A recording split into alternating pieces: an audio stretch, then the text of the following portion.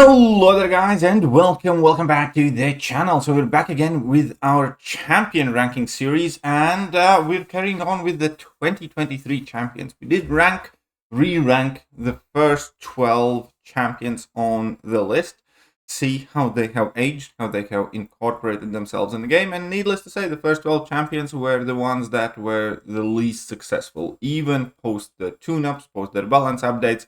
Champions like Sandman, moved even further down effectively just because some other champions shine more. Some champions hardly got a bump up without much of a change because the balancing program didn't do all that much for them. Now, before we do go any further, I need to remind you that this is a mixture of my own personal views and as well as current game relevance and trends. And in these lists, we are effectively valuing the desirability of these champions, how hyped they are, how many people are actually chasing them, how many people are excited to pull them and use them daily, how often we see these champions in top tier alliance wars, how often we see them in battlegrounds decks and so on and so forth, because that is what makes champions valuable in this game.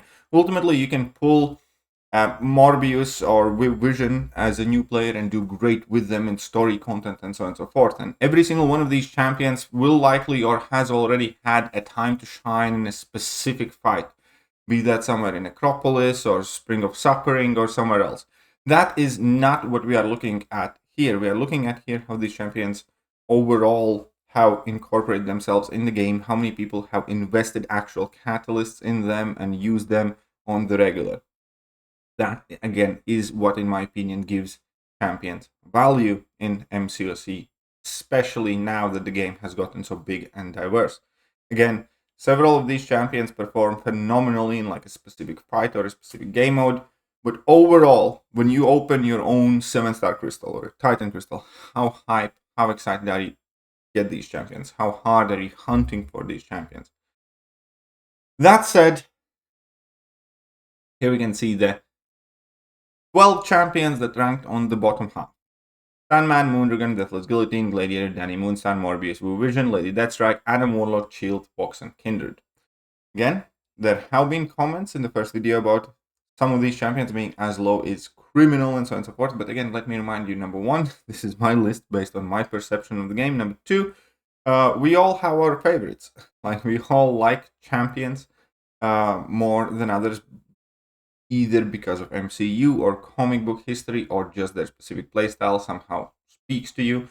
That does not necessarily make the champion popular, valuable, mainstream, used, a meta champion. But now we're going to get back to talking about these meta champions. And as I mentioned before, 2023 overall definitely is a better year than 2024. And that is evident on the list. Some of the champions in the bottom half would have been in the upper half this year for sure.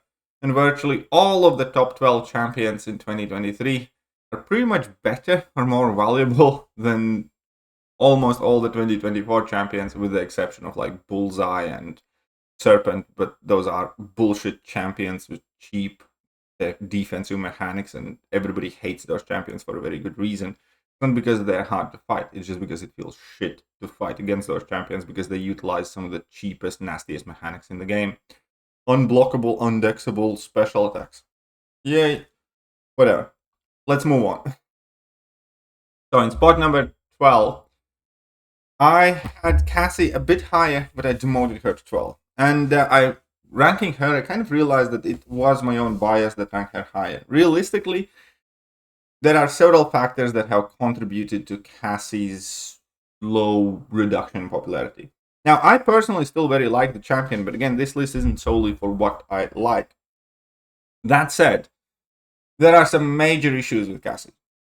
With all of her positive and great and amazing attributes that she does have, like buff immunity, solid immunities for hazard shift, I often use her in hazard shift for Alliance 4, and again, power stings and consistent damage and taunt and access to poison, all that good stuff. There have been some very, very negative factors affecting Cassie that she's not necessarily at fault of. And the number one and the biggest one is obviously that she's one of those champions that does not exist as a 7-star. that got released in 2023. And that unquestionably has hurt her popularity. If Cassie was the 7th star, she would be way more popular in the game overall. 100% believe that. Number 2, and perhaps the biggest one, is the AI. The AI has been absolutely atrocious. It significantly affects how you can or cannot play Cassie. And at times it is that opponents refuse to throw special attacks no matter what you do. So it powers things and your entire fight build-up can fall off. And more specifically recently is when you charge heavy attack, Photon just stands there or walks away from you. Doesn't come close to you.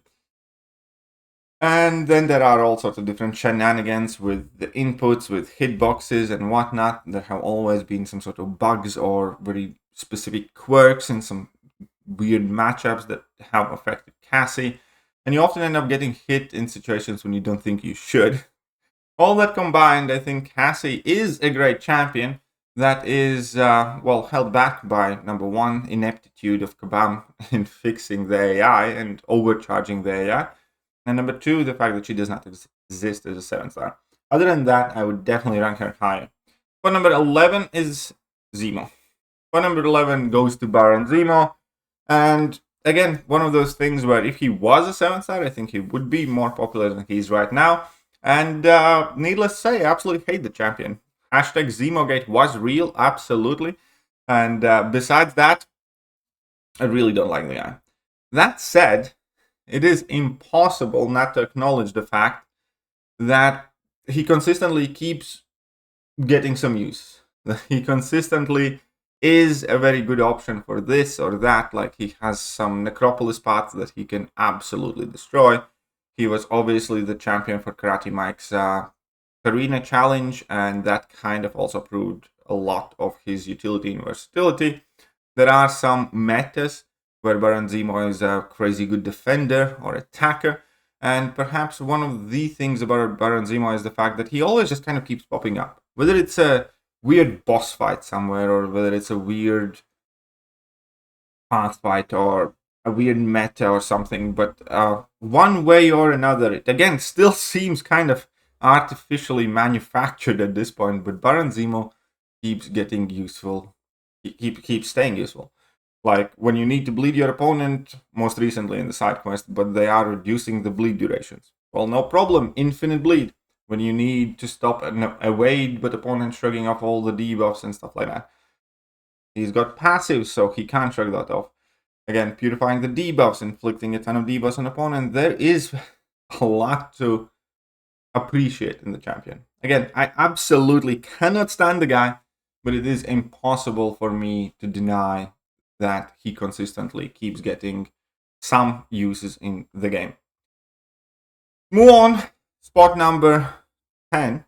We'll go to Maestro. And Maestro kind of has had a bit of a downward spiral at the moment, I would say, for the last couple of months in usability, because we do see him frequently. Obviously, he's a staple Battlegrounds defender and staple Alliance War defender. And we kind of gotten used to him. Compared to dealing with Serpent and Bullseye, he doesn't even seem bad anymore. He's still super tanky, you still have to deal with that glancing and so on and so forth, but he at the very least has plenty of counters. If you do not, however, then obviously you are screwed. Right now, he's also experiencing a bit of a resurgence as an attacker, as an offensive champion. That has to do with the current saga. Again, that is temporary, but it is undeniable that people are bringing him in for Alliance War attack as well. And that is likely going to remind people that Maestro can also be, a decent offensive option, especially if the speed of the fight isn't absolutely crucial. But all in all, definitely one of the most frequently ranked up Cosmic 7 stars, and that has obviously a lot to do with the availability. At the same time, it is absolutely worth having access to the guy for his occasional usefulness on offense, and definitely, just wall-stopping ability on defense. Move on. Another kind of a fall from grace, and that has to do with Absman. Now, Absman, it's a weird set of circumstances that have come together to throw Absman all the way down from the 3rd spot to 9th. And we can start again with the same AI issues. AI is following up for intercepts less than ever. It is more dangerous than ever to intercept opponents, and obviously light intercepts are significantly important, but even that is not like super safe anymore, especially depending on what opponent you're going up against based on their reach. And it has become harder to play Absman, like many other champions, but those champions that do rely on a lot of timer watching, intercepts, or opponents' AI behaving in specific ways have suffered the most. And Absman is one of those champions that has been affected quite deeply due to the supercharged, inconsistent AI. Now, the second point why he has lost a ton of value again does not exist as a 7-star, and people have learned how to fight against him. If initially Absman was a very scary defender that seemingly had infinite regeneration potential that you could never parry and so on and so forth, then virtually everybody has gotten used to fighting the guy now. He has been in several big challenges as an opponent, and in general we have seen him so much for a while everywhere, then he doesn't really seem as threatening. You bring in random champions and you just beat up on Absman for the most part. It does not seem like that big of a deal, especially now that we have significantly more trickier champions to deal with. And that's also kind of like one of those things where as long as you keep Mystic Dispersion in check pretty much, you can kind of use just about anyone against him. And that also has not helped him. And lastly, it's just the matchups. Newer champions have been harder to match up with Abs. As in, like, when Absman came out, he was perfectly viable attacker in a generic meta. He was not the fastest unless he got some sort of outside help from opponents having a ton of buffs expiring or opponent trying to armor break you all the time. But he kind of matched up very well against a ton of the more significant defenders at the time.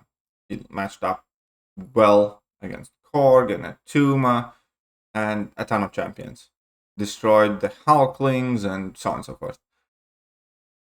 He doesn't do the same for newer champions. It's not easy to use him against Bullseye. It's not easy to use him against Onslaught. It's not that easy to use him against Serpent. You can, but it's, again, there are far better options. And again, he doesn't really do that great against Maestro. And that is very significant because those are the fights that we do have to see the most. So as an end result, we definitely have seen a significant reduction of use of Absman, and with that also his desirability and presence. Moving on, Werewolf by Night. Now, Werewolf by Night definitely has had a glow up. The biggest thing that I dislike about Werewolf by Night, it feels like two different champions, whether you play him on full moon or not. The fight duration gets affected by like full bar of power, or like 15 to 20 seconds, whether you start with 3 charges or 0, because that means you either need to use that level 1 or you don't. But the weirdest thing about Werewolf by Night is that initially he kind of seemed like a defender coming in with very massive health pool and his access to unblockable and unstoppable and regeneration, and he kind of seemed like Sasquatch 2.0, and he is a little bit. Except that he's far more effective on offense. The best thing for Werewolf by Night was his Valkyrie-like playstyle, where you just hit opponents, block and howl, and then drop a massive level 2, and you can nuke a ton of fights like that. He does a lot of matchups he's not supposed to be good at necessarily, like Photon, for instance, or Onslaught, and so on and so forth. So he has crazy utility and versatility on offense as well. Still, a lot of people kind of sleep on him, and you do need to be very adept at using him. He's definitely worth it. One of the bigger things hindering him is, however, because he's a double medium champion, and that means you can't follow up a hit in the block with a light, and that is a huge problem that Kabam has failed to resolve in many years now, which is quite abysmal if you ask me. With all the double medium hit champions, you cannot follow up that medium in the block with a light hit because there is a very good chance that your opponent will parry if they have that mass reactive. And that makes it harder to use Werewolf. That makes him prone to accidental parries whenever you are trying to push the opponent back in order to regain some footing. And there are definite problems with that. Again, a champion that is great, is present, is desirable, is ranked, but is yet again kind of hindered by Kabam. Not as much though, because over the years, players have kind of, for most part, adjusted with that parry issue, except it, came back glaringly with the last Saga tactic, where you had to hit the opponent's block with lights, and it was literally impossible with Werewolf, even though he was a tactic champion. It was such a wrong and funny, but definitely very bizarre and wrong situation. Kabam should have never made him a tactic attacker if they could not resolve that parry issue. That's my honest opinion there. Or if they can't resolve the parry issue, just, I don't know, give him stun immunity on the first light hit of the combo if it's followed after medium or something. Like, just be creative, make a workaround if you can't actually fix the AI repairing. Make it non-contact hit, like one non-contact hit for whatever reason. Or something, but I don't know. That said, absolutely love the character. Yet again, one of those champions that I really, really do wish to get as a 7-star, but haven't been fortunate enough to do so. Moving on to the next spot, and that will go to Shocker. And Shocker has had a massive glow up, and that's undeniable. He's quite pesky on defense with his reduction of stuns, with his specials being quite hard to punish, and with him like dropping 2 of them straight up and then eventually also going unblockable, and his auto block. He's not crazy hard defender, but he definitely can catch you. So he does have plenty of defensive value as well. And then offensively, he's just very nukey now. His damage output is very solid. And 100% we have seen a ton of people rank him up and use him and be happy with him. Now, there were some unfortunate situation with Shocker, with how Kabam changed the way he interacts with glancing, and that automatically prevented him from doing several of the fights that he previously could, most notably somebody like Maestro. And that resulted in Kabam issuing rank down tickets, which have they sent out? I genuinely don't think Kabam has sent out Shocker rank down tickets for like 3 months now, or 2 months, which is quite crazy if you think about it. But I digress. Shocker is definitely a very, very powerful champion now. I think that's kind of widely acknowledged. I think he has, grabbed the interest of a ton of players, and you do see him present all the time. He is also specifically scary in some of the metas, because there are a ton of matchups that he can just go and nuke now with his improved damage output post tune-up. And I still think, even with the glancing change, that he's absolutely worth the rank up. That said, move on to the next pick, and that's Silk. And ever since I made my last video, where I still ranked up Silk very highly, I have gotten to use Silk a lot more, because I pulled her as 7-star, and then I duped her, and eventually I took her to rank 3, and I have been absolutely loving her. She obviously does have her weaknesses, without doubt, and she is one of those champions that has to be ranked up as high as possible in order to kind of like get the best feel out of her. If you use undersized Silk over an oversized defender, the fight is going to be completely different, and it's going to be significantly longer, and so on and so forth. She's kind of like, the best definition of these champions, like Corvus, where you get what you get, and that's the reach that you have, and if you don't kill the opponent, then effectively everything has to start over. And therefore, having Silk at rank 3 kind of like perfectly illustrates her potential. You finish most of the fights in like sub 30 seconds. She's a complete and utter nuke.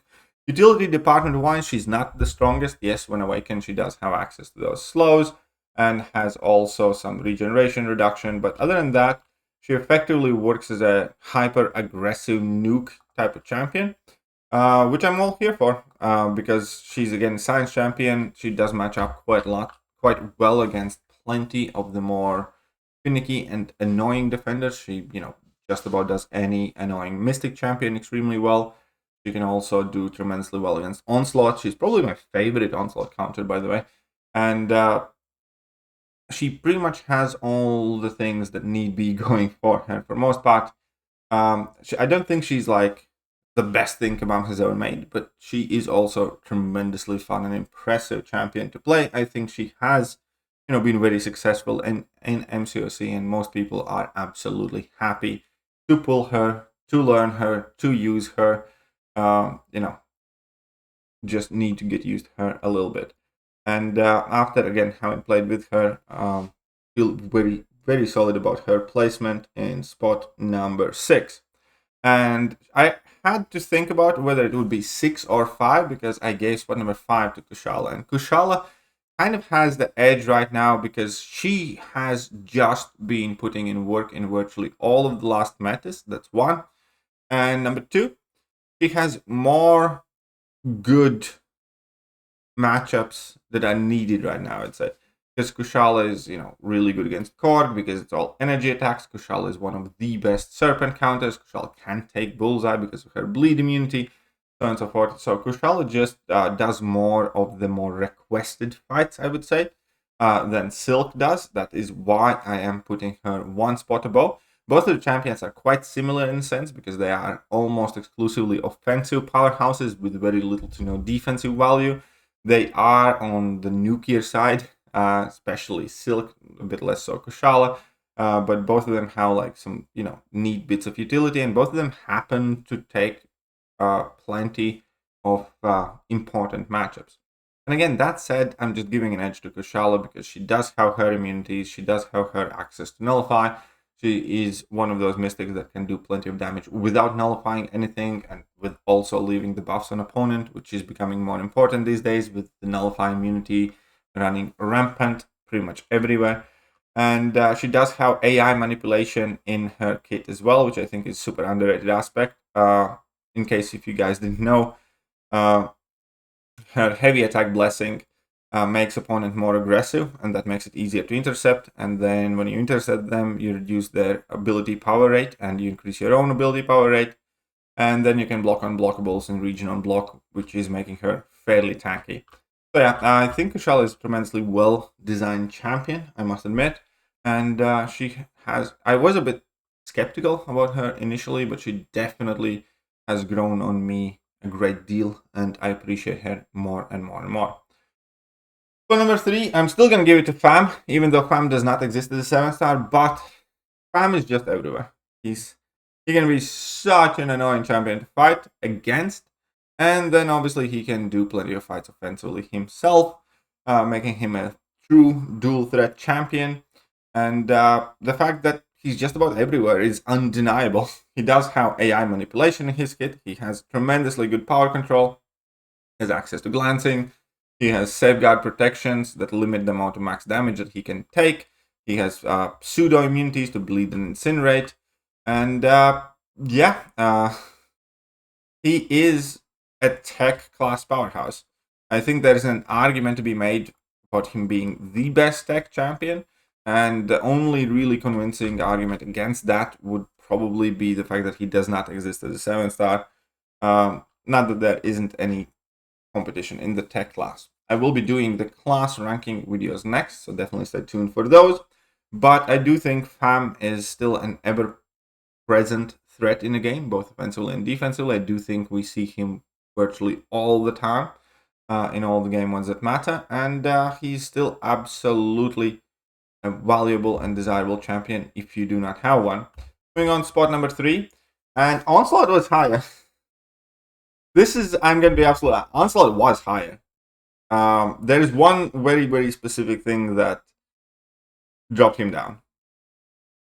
You see, a significant part of Onslaught's value since the release of this champion always hid in his defensive value. And he still has some.